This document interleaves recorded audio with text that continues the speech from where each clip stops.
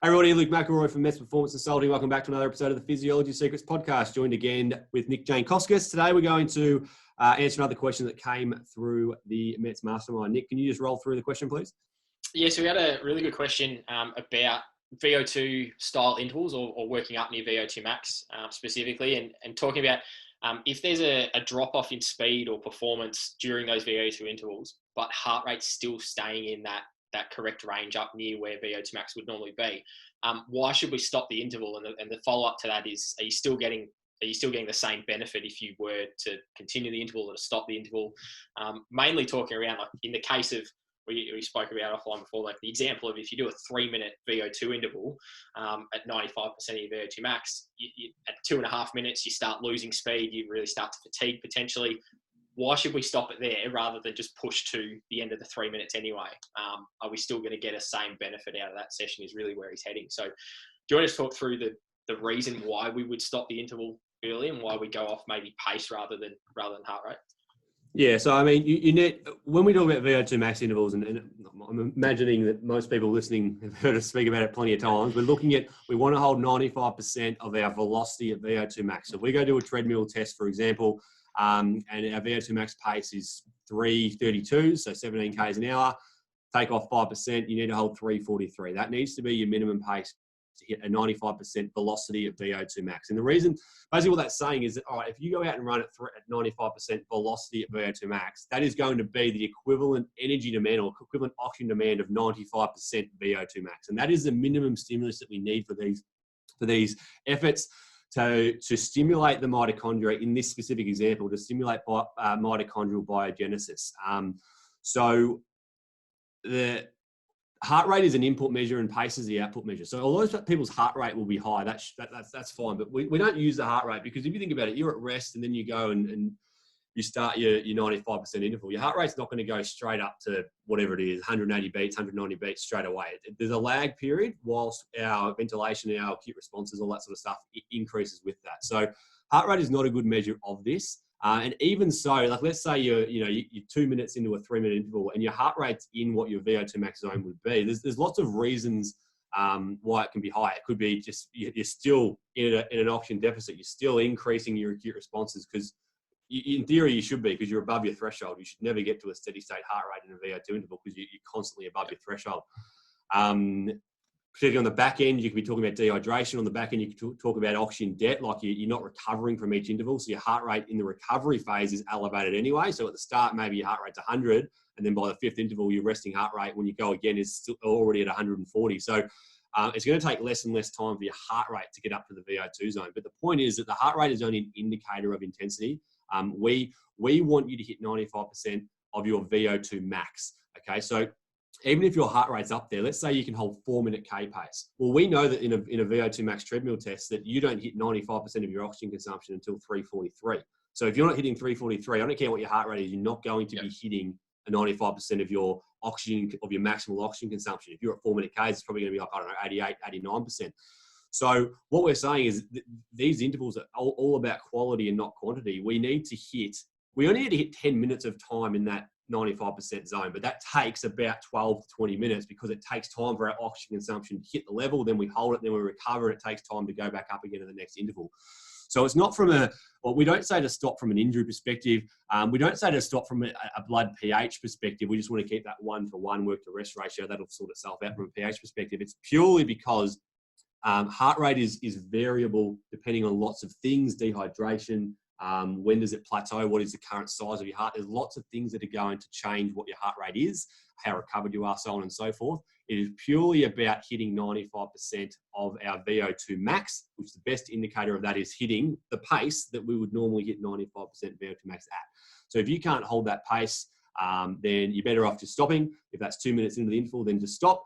Have an extended recovery, get back to not complete rest, but have a proper recovery and then hit that effort again. And it's all about just getting 10 minutes of time at that 95% VO2 max, which is the equivalent effort time of 12 to 20 minutes. Anything to add? Well, I think probably a big sort of reason for this, and we talk about with athletes a lot, is you don't necessarily have to go and do, and we talk about 2 to 4 minute intervals in length, 1-to-1 work to rest, 12 to 20 minutes of working time.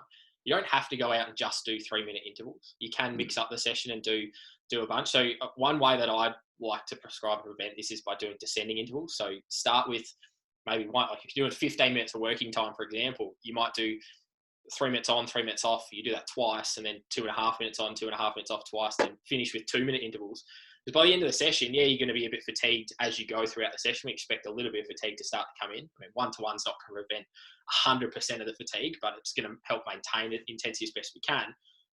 But if you're doing some shorter intervals at the end and able to keep the pace up as a result of doing a 2-minute interval to get your 15 minutes of working time total, rather than you doing 5 3-minute efforts and by 4 and 5 you have to go, I can only get to 2 minutes in anyway. It's just a different way of breaking down the session to get the same overall result, but we've just distributed it in a slightly different way. So that can be a good session I like to throw in to prevent a bit of that drop off by the back end.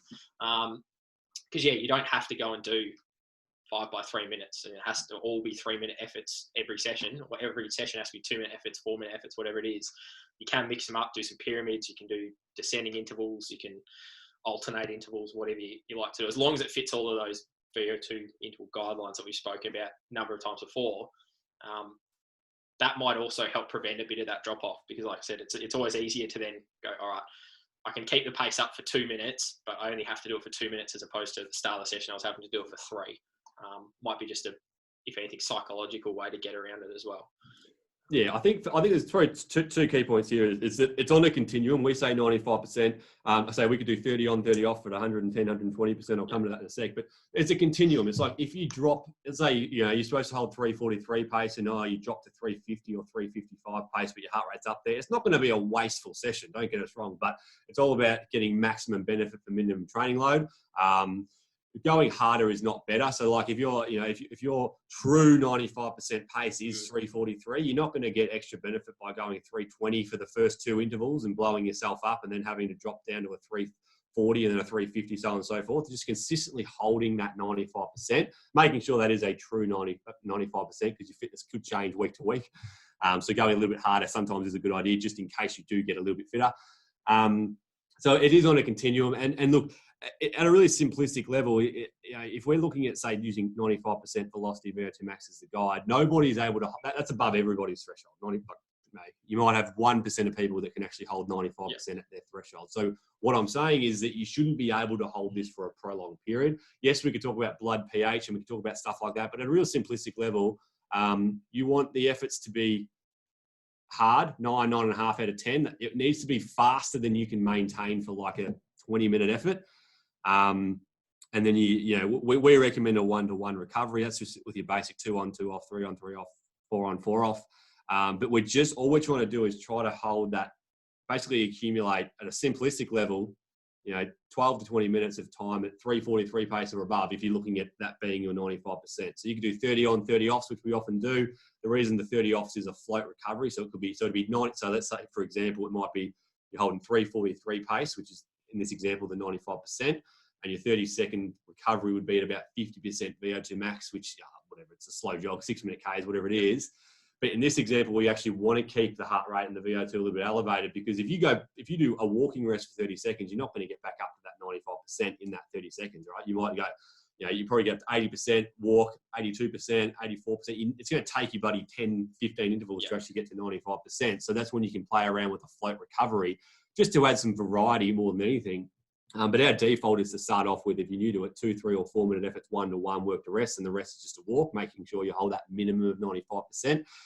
But then, as you said there, we can do descending intervals, ascending intervals, we can do 30-second efforts, you can do one. There's lots of things you can do, but the key in this is that you have to hit the right intensity, the 95% as a minimum, as a baseline. So more recovery is going to be better than less recovery if you're struggling to hold that.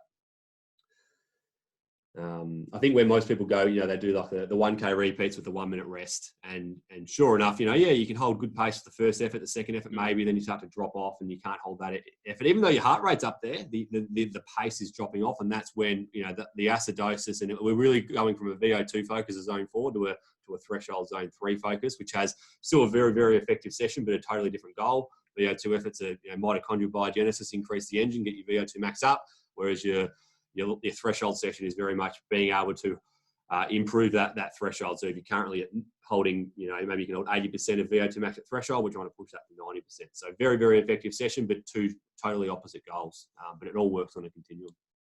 I think that's also where a lot of athletes get a bit maybe confused sometimes, is if you're that athlete who might be able to sit their thresholds at 93, 94% of their VO2 max, and you go and do a 1K repeat session at whatever pace it may be, you can go and do 1K repeats at 3:45 pace, but 3:40 pace is really your VO2 max interval. It doesn't seem like it's too much of a different session. And a lot of athletes probably be like, yeah, well, I go and do 2 minutes of walking and like, this is way too easy. I'm not working anywhere near as hard. We've got to get out of that mindset of, well, it's trying to provide a different stimulus. So there is a reason for the rest, and there's a reason for why we boost the pace up. Compared to that 1K repeat session, that's where we have to make that differentiating factor. It may not be a big difference in terms of pace or speed, depending on the type of athlete, but it is probably going to be faster, and that's why we need the extra recovery to maintain the quality of the effort. Because you might be able to sit on 3:45 pace for your 1K repeats with a short recovery, but we're actually asking you in a VO2 session to sit on just quicker than 3:40 pace, and it might only be that little bit of a difference that then causes you to struggle a little bit. So making sure we get that quality right is the key to it. Yeah, and I think what might benefit the listeners now is just sort of very briefly going into how mitochondrial biogenesis actually occurs. And there's basically, and feel free to jump in, there's two pathways in which we can, two primary pathways where we can improve mitochondrial biogenesis. You've got the calcium pathway, which is basically just doing your long, slow, just repeated contractions for a prolonged period. And I'm just trying to look at it now. It's called the AMPK kinase, isn't it? AMP kinase pathway, which is high intensity efforts. And we know that from the research that 95% velocity VO2 max is that minimum stimulus. So the difference between 90% and 95% might not sound like a lot, but the difference is this AMP kinase, this mitochondrial biogenesis enzyme, will not function properly or will not stimulate us to grow more mitochondria unless we hit that threshold of 95% or above. So there's two pathways. There's long, slow, easy, and there's that really high intensity stuff. And that's why in that base phase, we prescribe both. Because at the end of the day, all we're trying to do is increase capillaries and increase myoglobin, increase mitochondria, and increase our aerobic adaptations. And there's two ways to do it rather than the old style traditional of just doing your base stuff. You can do it through high intensity as well. So I guess a lot of discussion that we've just sort of gone into there, but at the end of the day, it comes down to your biology and the enzymes at work. And we want mitochondria for a VO2 session, and we need to hit 95% for those enzymes to work their magic. Yeah, absolutely. We need enough of intensity to get that stimulus of both pathways. Why, if we look at a map of physiology, I know we've broken down very simply. There's two pathways coming into to stimulate mitochondrial biogenesis, but if that's the map of our biology, our physiology, why not use both channels to then develop that end outcome? Makes sense to then go, all right, how do we specifically target this second opportunity to get growth in the mitochondria to be fitter, faster, better at using oxygen, etc. Fun little side note on the AMPK side of things. That's the inhibiting factor as well in endurance athletes putting on too much muscle mass when they do strength training in the gym.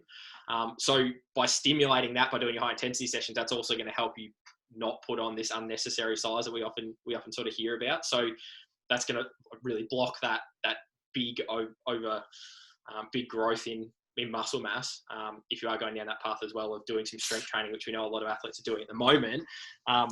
Doing some of the high intensity is going to have a bit of a side effect there too. So yes, we're getting a good aerobic benefit to the mitochondrial biogenesis, but we're also helping that inhibition of putting on too much size, which is a big fear of athletes doing a bit of strength training as well as some of their endurance training. So I just thought I'd add that in because it's one of the key pathways to sort of blocking that hypertrophy process too. Maybe just as a way of finishing up, I know you're doing quite a lot of videos on some of the stuff that you're learning at the moment. And I think I haven't watched that video that you just referred to then, but it looks interesting. Where can people find out about this resistance training and why endurance athletes won't put on muscle mass? Where can we find that for those that are interested? Yeah, so I might link it up in the Mets Mastermind, and we'll make it available. I'll put the link maybe in the description under the podcast episode as well. But basically I've started up a bit of a YouTube channel to talk about some of these topics a little bit more in depth, just with some of the content that we're doing with the masters at the moment. It's sort of rolling along nicely. And basically that video summarized the reasoning why endurance athletes can't put on muscle mass from doing strength training. And essentially it comes down to you're getting this AMPK stimulus that is causing mitochondrial biogenesis, all this good aerobic benefit. That's then inhibiting the muscle building side of things to prevent us from getting big in the first place. Basically sort of blocks that process. But also we're just doing a lot of endurance work. It's polar opposite ends of the spectrum. If you want to build muscle mass, and if you look at the typical bodybuilder, I referred to it in the video, you look at the typical bodybuilder, it's how much running and I guess cardio work, for better use of terms, are they actually doing? It's very minimal. You barely ever see them go for a run or jump on a bike. It's why? Because their focus is trying to build muscle size. And you look at an endurance athlete, it's like, what is our primary focus? Our primary focus is to go fast for a long period of time on a bike, run, row, swim, whatever your sport is.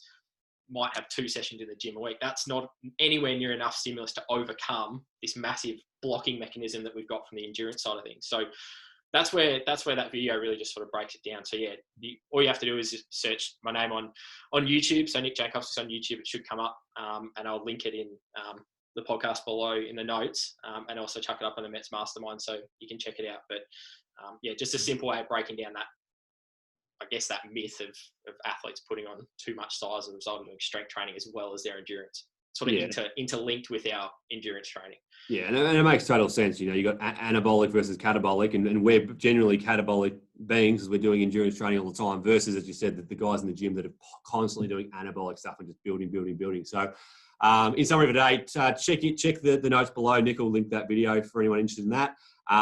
But at the end of the day, when we talk about our VO2 specific intervals, we are trying to stimulate mitochondrial biogenesis. We need that 95% VO2 max stimulus. Heart rate is only an indicator of intensity, but it is affected by lots of other things. So if you are not holding that 95% pace, we then know you're not holding that 95% oxygen consumption that we need.